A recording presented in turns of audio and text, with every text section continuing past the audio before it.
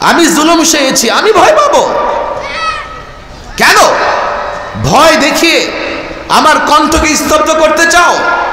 আমার কণ্ঠ দ্বারা কি উচ্চারিত হয়? রব্বে কাবার কসম, বাংলাদেশের রাজনীতিতে আলেম ওলামারা কখনো এই ধরনের কথা বলেন না। দেশ ক্ষতিগ্রস্ত হবে, ইসলাম ক্ষতিগ্রস্ত হবে। আলেম ওলামারা সকলের কল্যাণের কথা বলে, আলেম ওলামারা সকলের হিতাকাঙ্ক্ষী। দেখেছো, রিমান্ডে নিয়েছো, টর্চার করেছো, একটা শব্দ বের করতে পারোনি যেই শব্দ দেশের বিরুদ্ধে, যেই শব্দ কল্যাণের বিরুদ্ধে। তারপরেও যদি আলেম ওলামাদের ভিতরে রাগান্বিত হও, এটা তোমাদের অভিশপ্ত হওয়ার আলামত। শিক্ষা ব্যবস্থা নিয়ে নুরানি মক্তব নিয়ে নাড়াচাড়া না করে প্রত্যেকটা মুসলমানের সন্তান যাতে মুসলমান থাকতে পারে বাধ্যতামূলক করো ধর্মীয় শিক্ষা।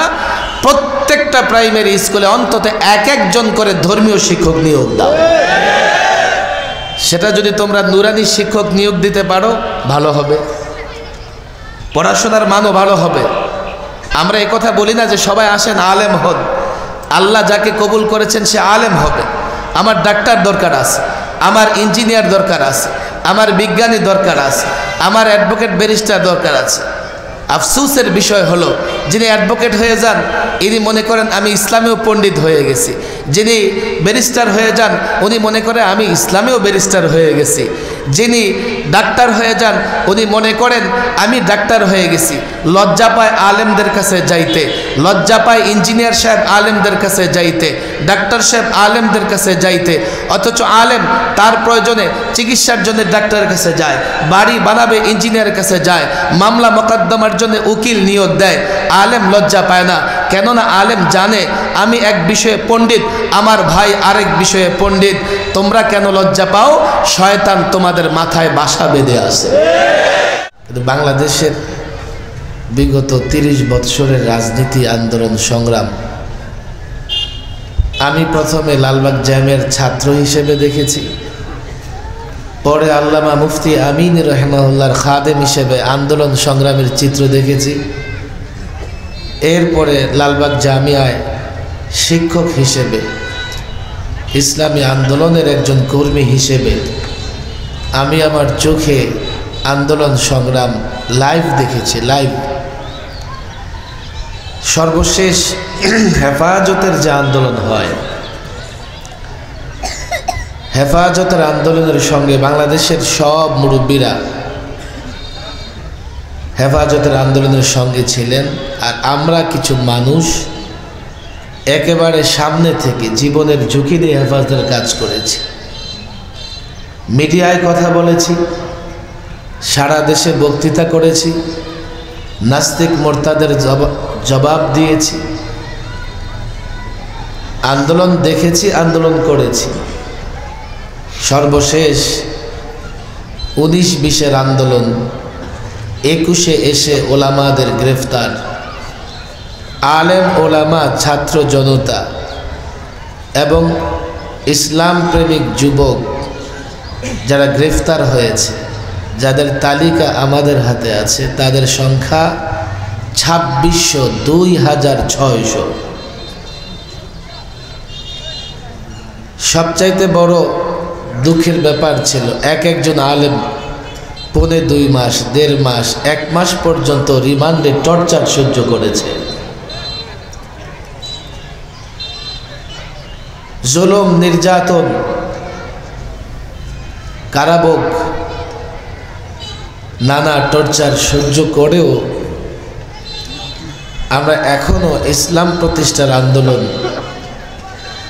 কিংবা খাতমে নবুয়ত সংরক্ষণের জন্য স্থায়ী কোনো সিদ্ধান্ত বা আইন না সরকার থেকে পেয়েছি, না নিজেরা আমরা শক্তিশালী বলয় তৈরি করতে পেরেছি। এটা বাস্তবতা। আত্মতৃপ্তি লাভ করলে হবে না। আমি তো বলি এদেশে ইসলাম মুসলমানরা সবচেয়ে নিরীহ।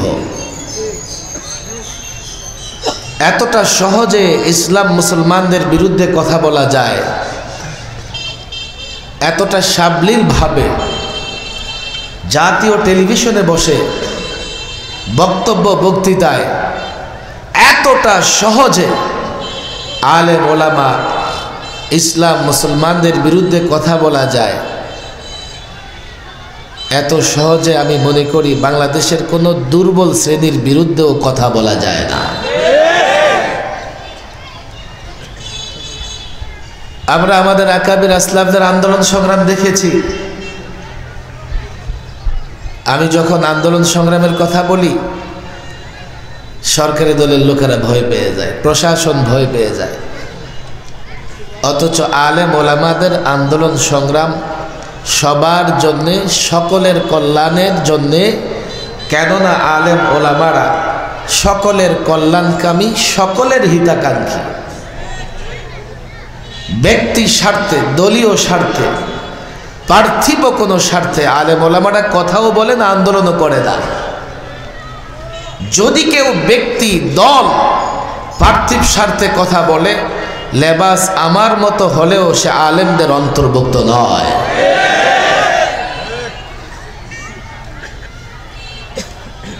এখন সাধারণ মানুষের অবস্থা হয়ে গেছে এমন,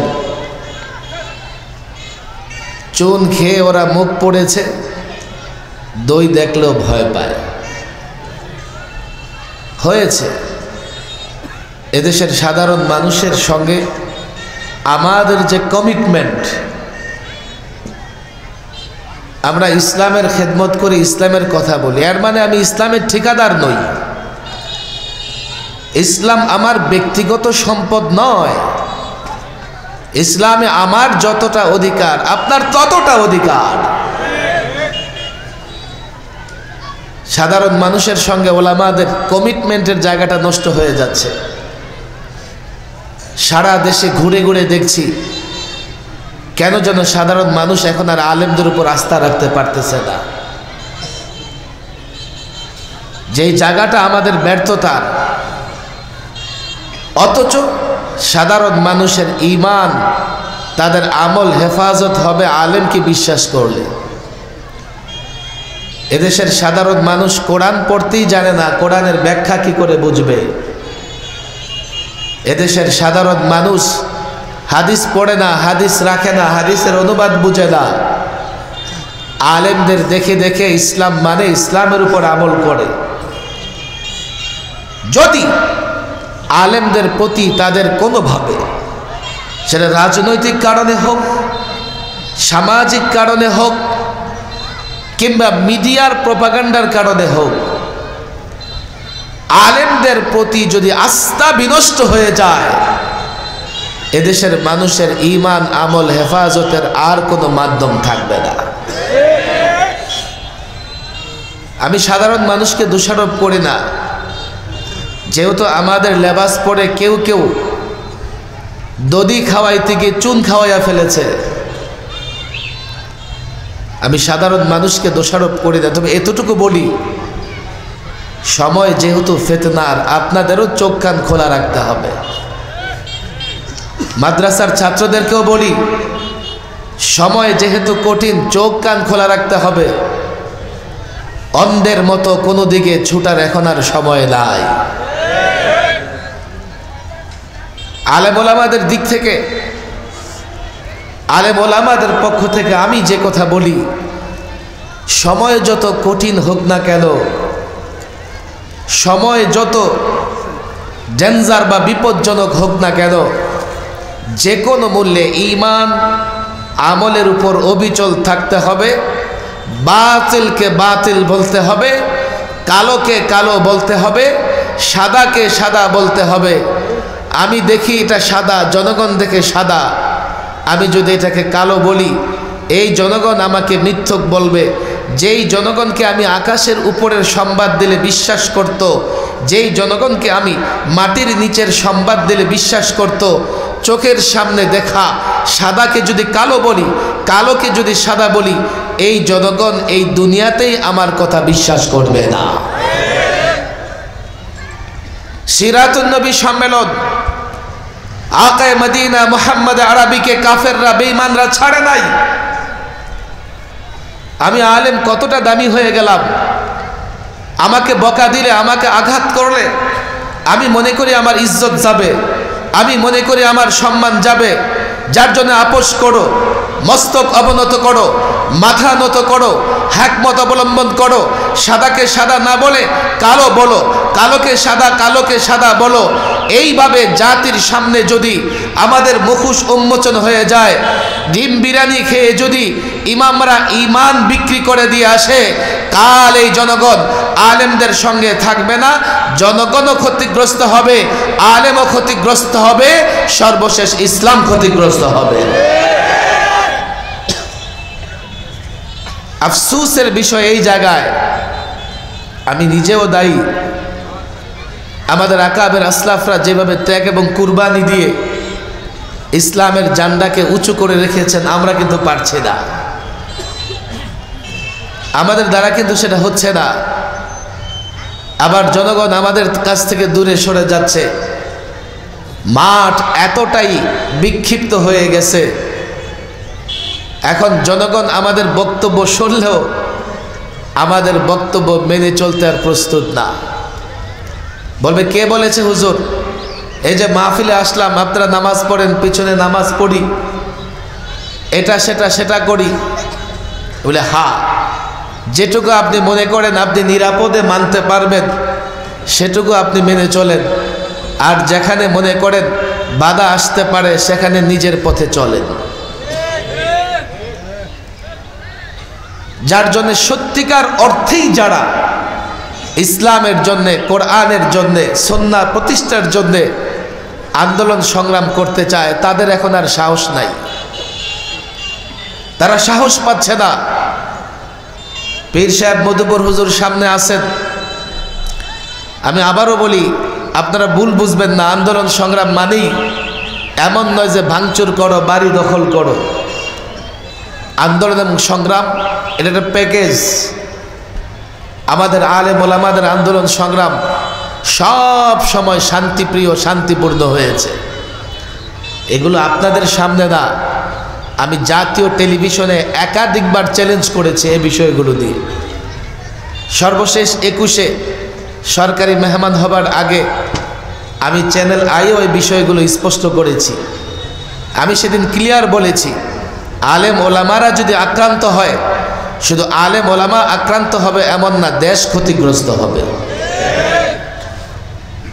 আপনারা বলবেন কোথায় দেশ ক্ষতিগ্রস্ত হয়েছে?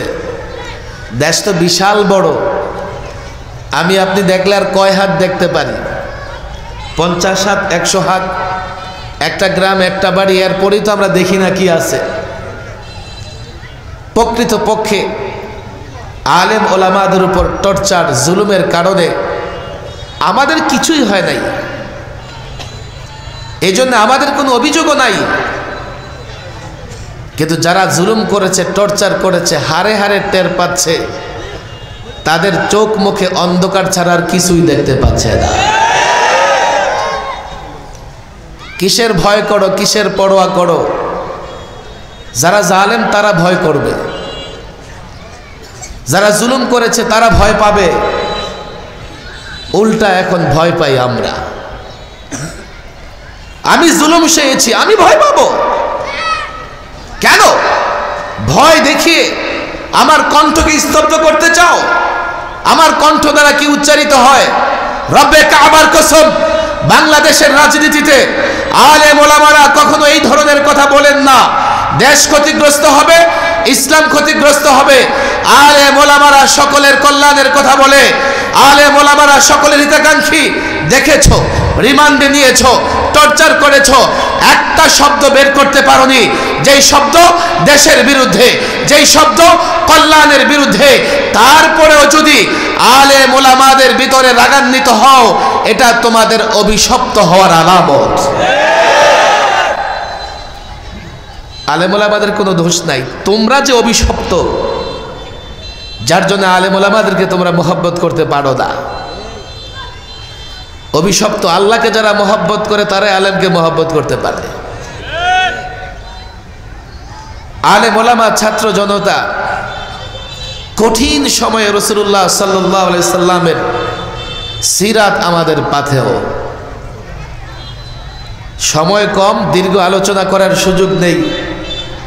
আমরা কম বেশি সবাই সিরাত সম্পর্কে জানি।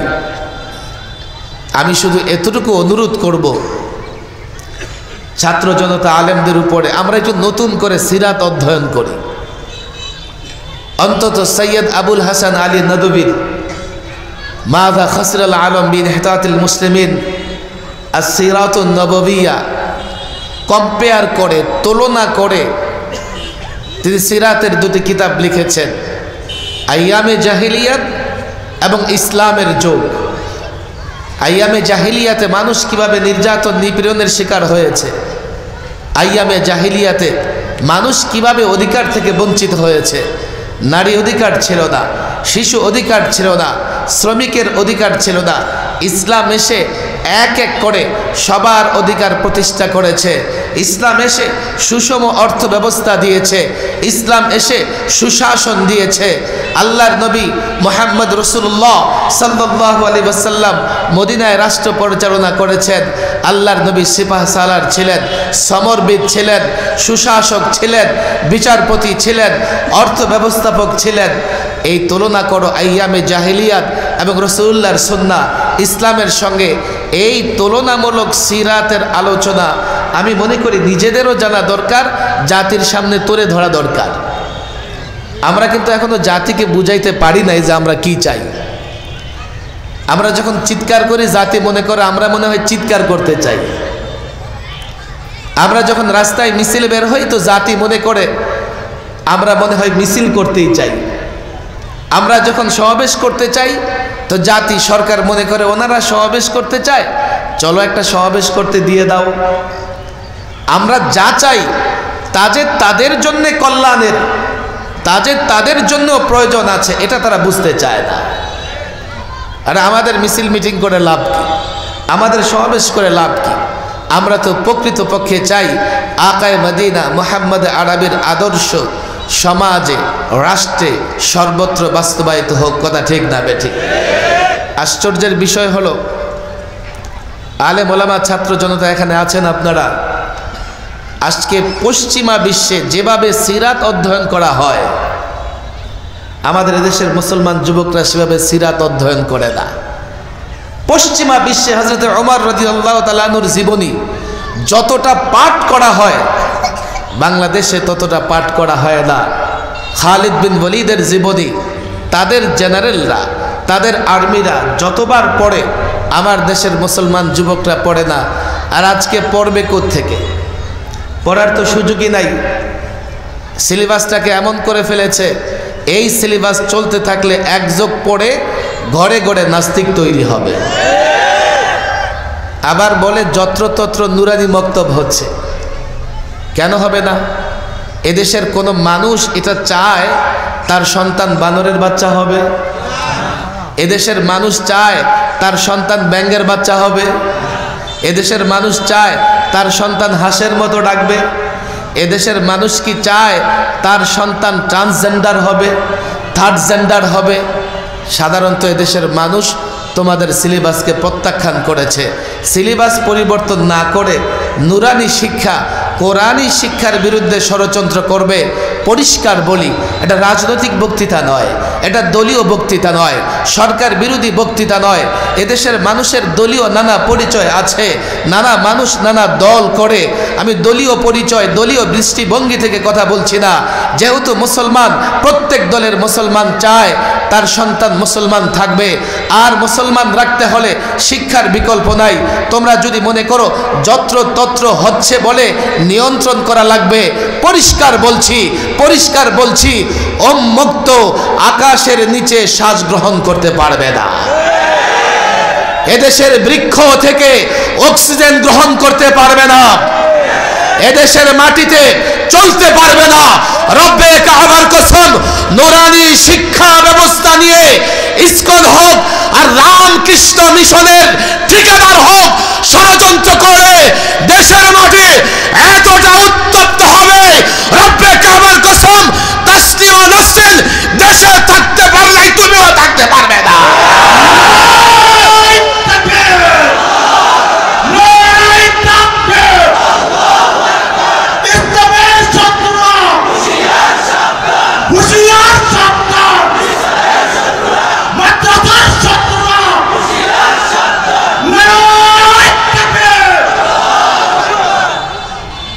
শিক্ষামন্ত্রীর মাথায় কি আছে আল্লাহই ভালো জানে। নুরানির শিক্ষার দিকে ঝুঁকতেছে। তুমি তো সিলেবাসটা দেখো, যেখানে ধর্মও আছে, জাগতিক শিক্ষা, বাংলা, ইংরেজি, অঙ্ক আছে। তোমাদের দরকার ছিল আলেমদেরকে বলা, আপনারা সিলেবাসটা দেন, আমরা প্রাইমারি স্কুলে চালু করি। কথা ঠিক না বেঠিক? এই শিক্ষা ব্যবস্থাকে আমার ব্যক্তিগত, নুরানি শিক্ষা ব্যবস্থায় বিপ্লব হচ্ছে, হবে না কেন? সমস্যাটা এটাই, তারা যখন কথা বলে পশ্চিমাদের খুশি করতে চায়, দেশের জনগণের মেজাজ তারা বুঝে না। তুমি তোমার দলের লোকদের জিজ্ঞেস করো, তোমাদের সঙ্গে যারা সম্পর্ক রাখে তাদেরকে জিজ্ঞেস করো দেশের মানুষ কি চায়। বক্তৃতা দেবার আগে চিন্তা করা দরকার, হাজারবার চিন্তা করো, যাতে দেশের মানুষের ধর্মীয় সেন্টিমেন্টে আঘাত না আসে। কেন তোমাদের এই শিক্ষা ব্যবস্থা মানবে? তোমরা শিক্ষা ব্যবস্থাটা করেছো কি? নুরানি শিক্ষা ব্যবস্থা আল্লাহ তাবারক ওয়া তাআলার রহমত এই জমিনের উপরে। প্রত্যেকটা ঘরে ঘরে বাচ্চারা 3 বছর পরে তো স্কুলের 5 বছরের পড়াশোনা শেষ করে ফেলে। তোমরা যা 5 বছরে পড়াও, নুরানিতে গিয়ে ছেলেরা 3 বছরে পড়ে। স্কুলের এসএসসি এইচএসসি ছেলেরা যতটা না সুন্দর লিখতে পারে, নুরানি মাদ্রাসার ছাত্ররা তার চাইতেও সুন্দর লিখতে পারে। 52 বছর ধরে আলেম ওলামারা বলে আসছে, আমরাও বলে আসছি, যে প্রত্যেকটা প্রাইমারি স্কুলে একজন অন্তত ধর্মীয় শিক্ষক নিয়োগ দাও। কেন? নানা সময় পত্রিকায় এসছে ইসলামিয়াত পড়ায় হিন্দু শিক্ষক, এমন খবরও পত্রিকায় এসেছে। তোমরা প্রাইমারি স্কুলে একজন ধর্মীয় শিক্ষক নিয়োগ কেন দাও না? 5 ক্লাসে 5টা তো ধর্মের ক্লাস আছে, তোমরা কেন দাও না? এটা তোমাদের সমস্যা কোথায়? আমি এখান থেকে বলবো, মধুপুর হুজুর হজরত এখানে আছেন, গভর্নমেন্টের কাছে আমার শিক্ষা ব্যবস্থা নিয়ে, নুরানি মক্তব নিয়ে নাড়াচাড়া না করে, প্রত্যেকটা মুসলমানের সন্তান যাতে মুসলমান থাকতে পারে, বাধ্যতামূলক করো ধর্মীয় শিক্ষা। প্রত্যেকটা প্রাইমারি স্কুলে অন্তত একজন করে ধর্মীয় শিক্ষক নিয়োগ দাও। সেটা যদি তোমরা নুরানি শিক্ষক নিয়োগ দিতে পারো, ভালো হবে, পড়াশোনার মানও ভালো হবে। আমরা এই কথা বলি না যে সবাই আসেন আলেম হন, আল্লাহ যাকে কবুল করেছেন সে আলেম হবে। আমার ডাক্তার দরকার আছে, আমার ইঞ্জিনিয়ার দরকার আছে, আমার বিজ্ঞানী দরকার আছে, আমার অ্যাডভোকেট ব্যারিস্টার দরকার আছে। আফসোসের বিষয় হলো, যিনি অ্যাডভোকেট হয়ে যান ইনি মনে করেন আমি ইসলামেও পণ্ডিত হয়ে গেছি, যিনি ব্যারিস্টার হয়ে যান উনি মনে করে আমি ইসলামেও ব্যারিস্টার হয়ে গেছি, যিনি ডাক্তার হয়ে যান উনি মনে করেন আমি ডাক্তার হয়ে গেছি। লজ্জা পায় আলেমদের কাছে যাইতে, লজ্জা পায় ইঞ্জিনিয়ার সাহেব আলেমদের কাছে যাইতে, ডাক্তার সাহেব আলেমদের কাছে যাইতে। অথচ আলেম তার প্রয়োজনে চিকিৎসার জন্য ডাক্তারের কাছে যায়, বাড়ি বানাবে ইঞ্জিনিয়ারের কাছে যায়, মামলা মোকদ্দমার জন্য উকিল নিয়োগ দেয়। আলেম লজ্জা পায় না, কেননা আলেম জানে আমি এক বিষয়ে পণ্ডিত, আমার ভাই আরেক বিষয়ে পণ্ডিত।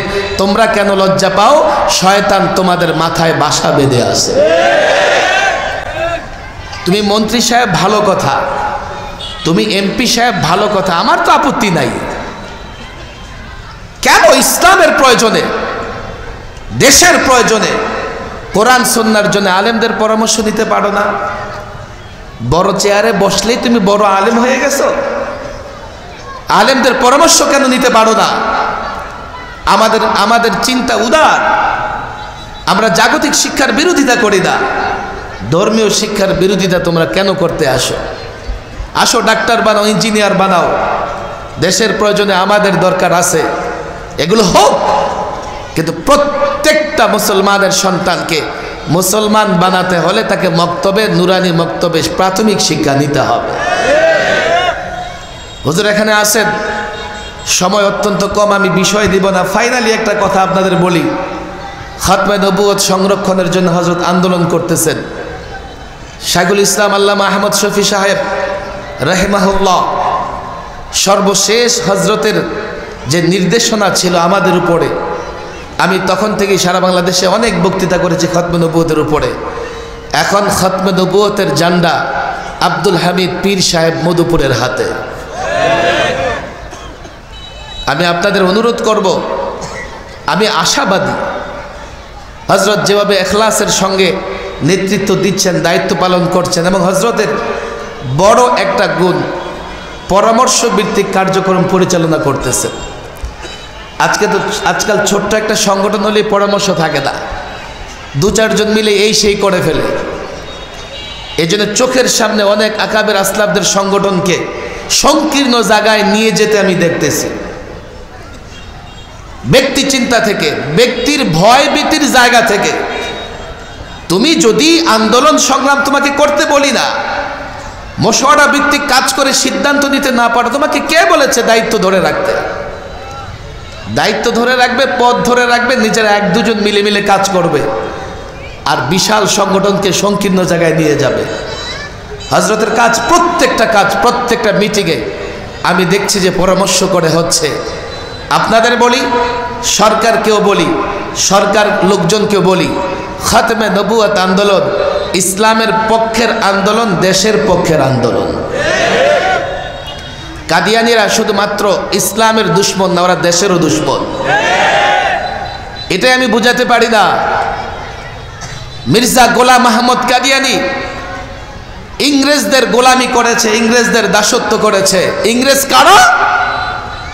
যারা ব্যবসার নামে এসে ভারতকে 200 বৎসর গোলামের জিনজিরে আবদ্ধ করে রেখেছে।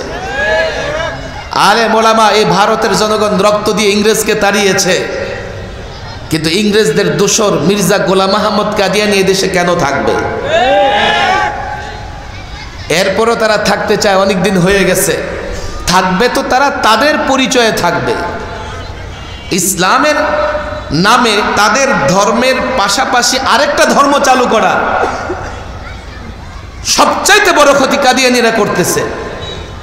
তারা একটা ধর্ম তৈরি করেছে ইসলামের পাশাপাশি। আমি প্রায় বলি, এই যে পুরান ঢাকা, এখানে মেড ইন জিঞ্জিরা আছে।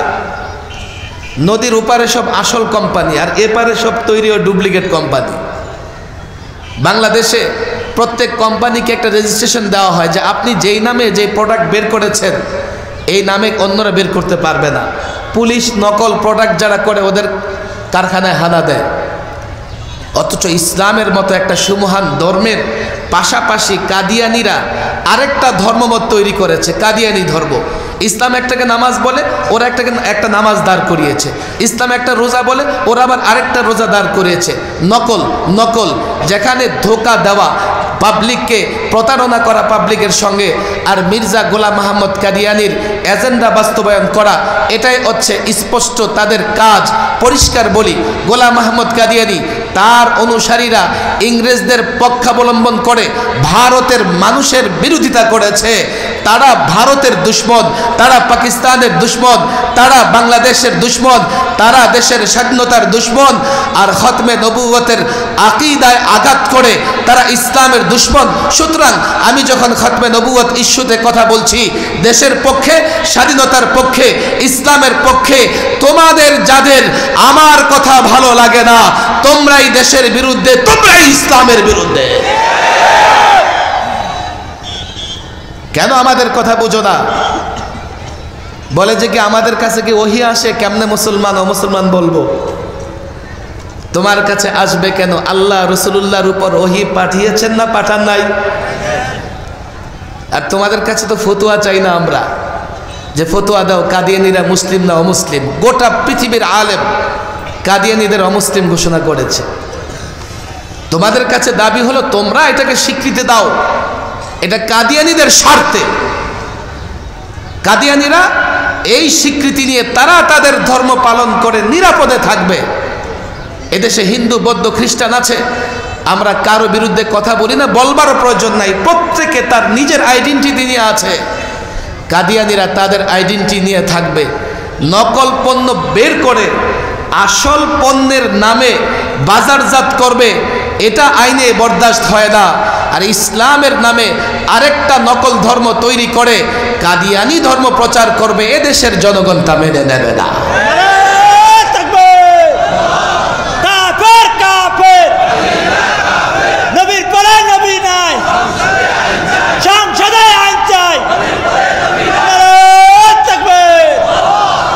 আমি সরকারের প্রতি উদাত্ত আহ্বান জানাবো, যদি বুঝে না আসে চলো বিতর্কের আয়োজন করো, আলেমরা একদিকে বসবে, তোমরা তোমাদের পণ্ডিতদের আরেক দিকে রাখো। আমরা যদি তোমাদেরকে বুঝাতে পারি তো আমরা স্বীকৃতি চাই যে কাদিয়ানি কাফের, কাদিয়ানি অমুসলিম। আর যদি বুঝাতে না পারি আমরা মস্তক অবনত করে ব্যর্থতার দায়ভার নিয়ে চলে আসব। তোমরা ওয়াদা করো, আমরা যদি তোমাদের বুঝাতে পারি তোমরা ওই জায়গায় ঘোষণা দেবে, হ্যাঁ কাদিয়ানি অমুসলিম। পিছনে পিছনে কথা বলবে আর জাতিকে, দলীয় লোকদেরকে বিভ্রান্ত করবে, দুনিয়াতে করতে পারবে, আল্লাহর কাছে জবাব দিতে পারবে না। আজকের এই খতমে নবুয়ত সংরক্ষণ কমিটির আয়োজনে সিরাতুন নবী মাহফিলে পরিষ্কার দুটো আমি কথা বলেছি। এক, অনতি বিলম্বে কাদিয়ানীদের অমুসলিম ঘোষণা করতে হবে। দুই, শিক্ষা ব্যবস্থা নিয়ে যে ষড়যন্ত্র চলতেছে, ষড়যন্ত্র বন্ধ করে আলেম ওলামাদের পরামর্শ নিয়ে শিক্ষা ব্যবস্থাকে সাজাতে হবে। আল্লাহ তাবারক ওয়া তাআলা সকলকে তৌফিক দান করুন। ওমা তৌফিকি ইল্লা বিল্লাহ ওমা আলাইনা ইল্লাল বালাগ।